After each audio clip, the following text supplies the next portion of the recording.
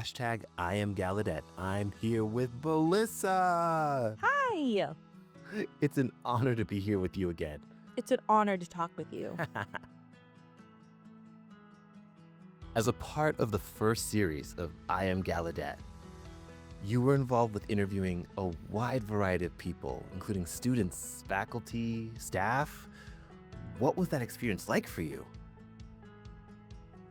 Honestly, I was already proud of being from Gallaudet. But through these interviews, I've grown even prouder to be a Gallaudetian. Being able to see Gallaudet not just through my own lens, but experiences of other people truly gave me a different insight on Gallaudet, and I'm grateful for that.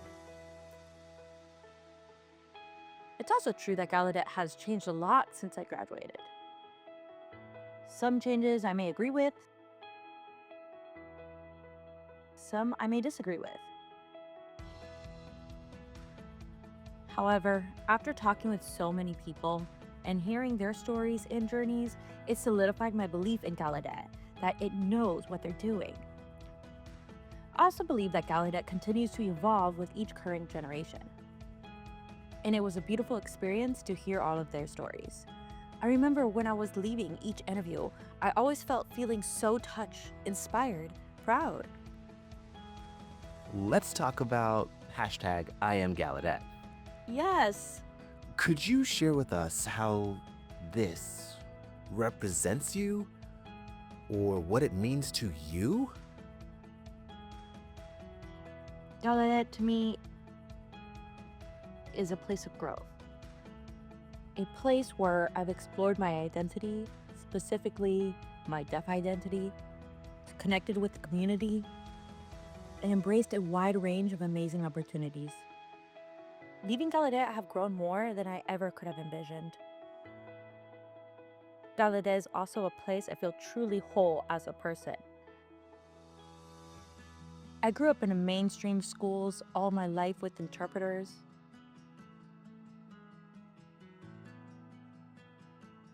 When I got to Gallaudet, I realized I've never really had 100% communication access in the past. I always felt inferior to my hearing peers without that direct communication. Here I realized that I can be a whole and that my deafness is a part of me, but it isn't a defining characteristic. It's like it gave me room to set that part aside and other parts of myself that I didn't realize were still there. So now my question is this. With IAmGallaudet, it's truly an uplifting of the voice of the people. You uplifted the voices of teachers, staff, and students through your interviews. Gallaudet also helped you establish the concept of Melmira. So can you explain to me how that happened? So really, my first taste of media experience was right here on What's Up Gallaudet. I remember going into my junior year.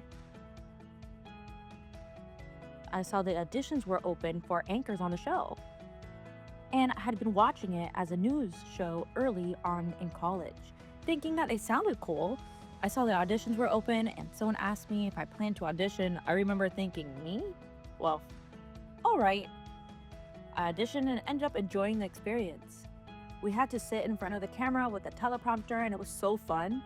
After that, I got an email that said, "You've been chosen as host." I remember thinking, what? Really? Me? Then that became one of my favorite jobs at Gallaudet. I worked with Manny Hernandez. Yes. I love him. Sherry Duhan as well. Mm-hmm.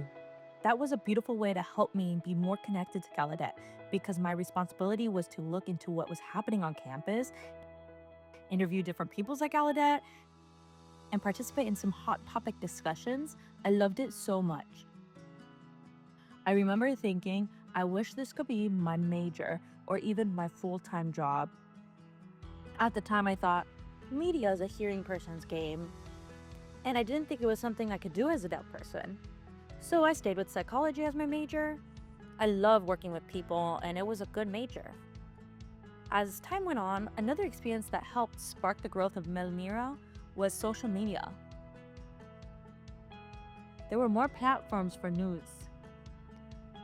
someone was aware of my experience with What's Up Gallaudet, and they asked me to become involved with the project at Arizona. I got involved and became ensconced with news, accessibility, and sharing information in ASL. I realized that I'm back, and I still have that spark inside me. That I felt Gallaudet that I'd snuffed out due to lack of access or opportunities. With media and social media changes, that spark rekindled and I fell into that world. The rest is history, really. I fell into the ASL news sphere and realized I wanted to do more than just provide access. I wanted to have space to discuss things, ask questions, and have conversations. Our community needs that space. Hearing people have them, so why not us? I decided to pivot to Melmira and blew it up.